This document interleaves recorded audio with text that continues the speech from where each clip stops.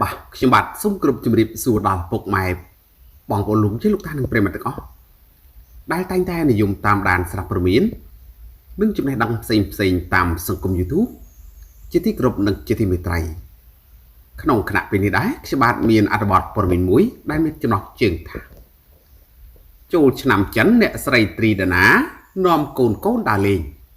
ពូម៉ៅកំដរម្ដាយនៅពេទ្យនិងប្រាប់ពីការនឹករលឹកអូនប៊ីថាលោកអ្នកបានជ្រាបរួចមកហើយថាមុននឹងចែកផ្លូវគ្នាចម្លងអាពាហ៍ពិពាហ៍របស់អ្នកស្រីត្រីដាណានិងពូម៉ៅបានបន្សល់ទុកនៅកូនប្រុសម្នាក់ជាដំណក់ឈាមរួមគ្នាឈ្មោះអូនប៊ីហើយបច្ចុប្បន្នកំពុងរស់នៅជាមួយអ្នកស្រីត្រីដាណាជារឿយៗគេសង្កេតឃើញថាពូម៉ៅតែងតែបង្ហាញក្តីនឹករលឹកចំពោះកូនរបស់ខ្លួនរហូតមានការសួរនាំពីអ្នកគាំទ្រលោកប្រាប់ថាលោកឧស្សាហ៍ជិះទៅលួចមើលកូនផងដែរពាក់ព័ន្ធរឿងកូននេះអ្នកស្រីត្រីដាណាក៏ធ្លាប់និយាយផងដែរជាក់ស្ដែងកន្លងមកពេលអ្នកស្រី live វីដេអូញ៉ាំបាយនិងលក់ផលិតផលកន្លងមកស្រាប់តែមានមតិលើកឡើងថា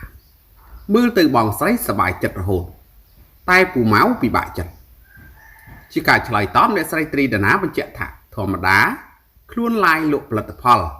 តែងតែសប្បាយអញ្ចឹងហើយមិនមែនមក live យំ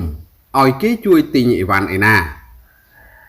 ហើយអ្វីដែលសំខាន់ខ្លួនដឹកនាំបងប្អូនជាច្រើននៅក្នុងដៃអញ្ចឹងខ្លួនត្រូវតែរឹងមាំហើយខ្លួនមិនបានហាមឃាត់ពូម៉ៅ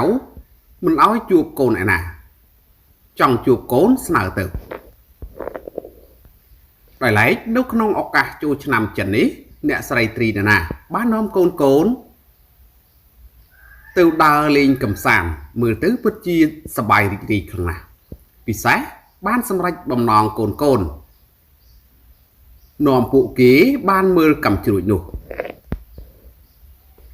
ងាកមកពូម៉ៅវិញចូលឆ្នាំចិន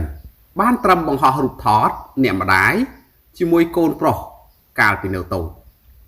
ធ្វើឲ្យគ្រប់គ្នាចូលទៅខមមិនប្រាប់លោកឲ្យលោកយកកូនមកលេងក្នុងនោះមានការលើកឡើងថានឹកកូនហើយបងជាការឆ្លើយតបពូម៉ៅបញ្ជាក់ថាកូនអ្នកណាមិននឹកគ្រប់ដង្ហើមចេញចូលបន្ថែមលើនេះអ្វីដែលកាន់តែគួរឲ្យអាណិតពូម៉ៅនោះចូលឆ្នាំចិនគេជួបជុំគ្រួសារសប្បាយរីករាយពូម៉ៅចូលឆ្នាំចិនកំដរម្ដាយនៅពេលទោះយ៉ាងណាពូម៉ៅមិនបានបញ្ជាក់ថាម្ដាយរបស់លោកជឿអ្វីនោះទេគណៈអ្នកគាំទ្របានជូនពរឲ្យអ្នកម្ដាយរបស់លោកបានជាសះស្បើយគ្រប់គ្នានោះបាទហើយអត្ថបទព័ត៌មានដែលខ្ញុំបានជម្រាបជូនខាងលើនេះក៏មានតែប៉ុណ្ណឹងសូមអរគុណសូមជម្រាបលា